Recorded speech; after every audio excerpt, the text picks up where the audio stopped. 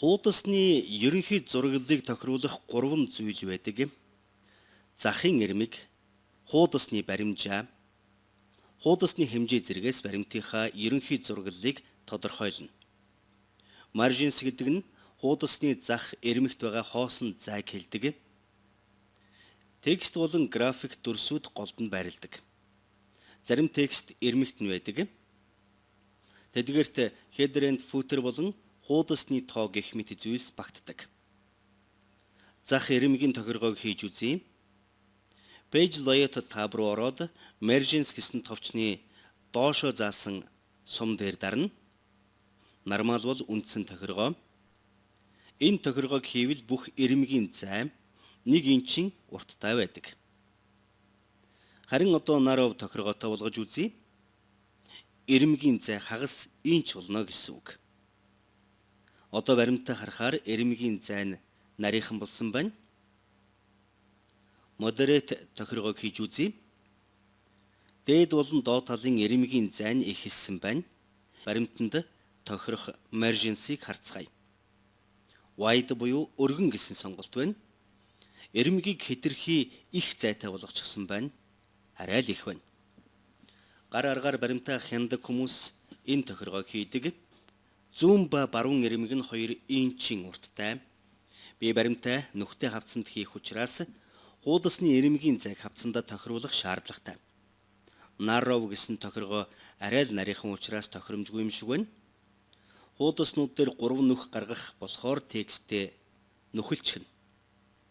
Дотор талын зай чухал, гадна талынх бол нэх хамаагүй. Нүхтэй хавцанд тохирох тохиргоо бий. Mirrored margins гэдэг сондогоо хуудсан тохирно.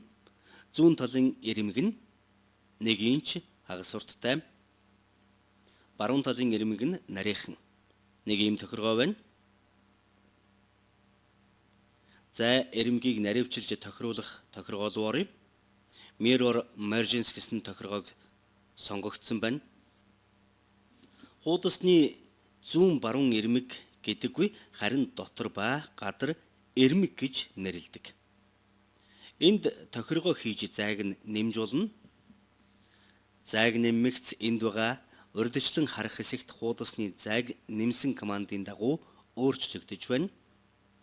Хуудасны дотор тал буюу зүүн тал нь 1.5 инчин урттай.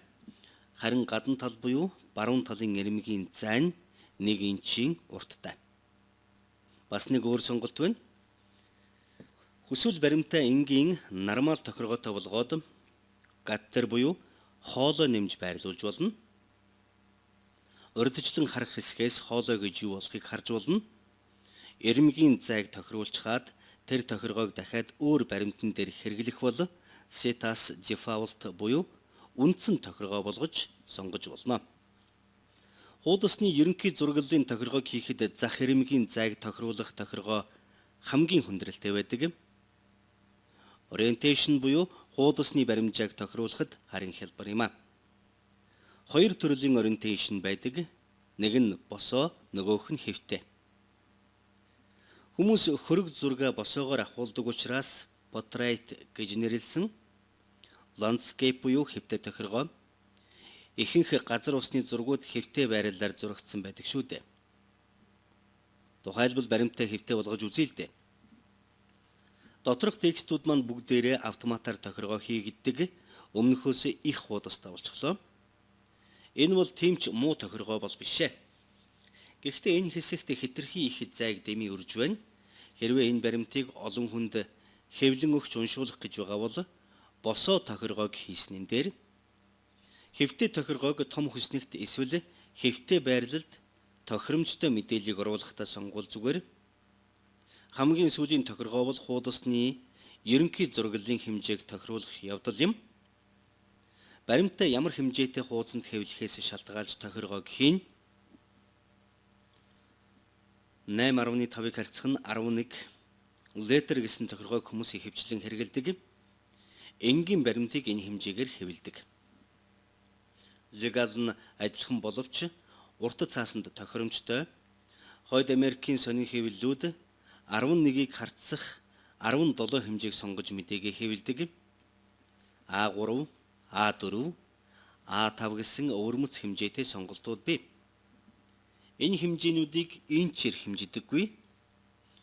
Эдгээр нь Европ төвийн цаасны хэмжээнүүд. Хэвлэх гэж байгаа хуудасны хэмжээнээс шалтгаалдаг гэж түрүүхэн хэлсэн байгаа. Хэвлэл тохиргооноос зарим нэмэлт тохиргоог хийж болдог. Хуудасны зах ирмэгийн зай, хуудасны баримжаа, хэмжээ гэх мэт командуудын тохиргоог сая хийлээ. Эдгээр нь хэвлэх тохиргоонд хамаардаг. Print команд дээр дарахаар эдгээр тохиргоонууд гараад ирдэг. Захын зай энэ байна. Хуудасны хэмжээ энэ байна. Харин босоо тохиргоо энд байна. Эндээс тохиргоо хийхэд урьдчилан харах хэсэгт хийсэн тохиргоо маань харагдана. Та баримтаа хэвлэхээс өмнө Backstage-ийн хэвлэх команд руу ороод хуудасны тохиргоог хийгээрэй.